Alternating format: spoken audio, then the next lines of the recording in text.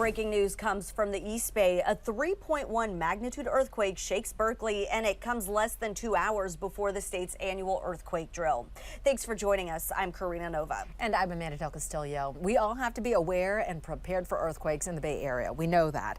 But some of us were jolted by a trembler less than an hour before that annual drill. Let's get it over to ABC 7 News meteorologist Drew Tuma with more on that 3.1 earthquake. Drew. Yeah, let's show you exactly where it is. That earthquake occurred just after 9 a.m. at 9:23, and again, it was a magnitude 3.1, and it happened on Cal's campus. Let's go down to street level. Here's Berkeley, the campus itself.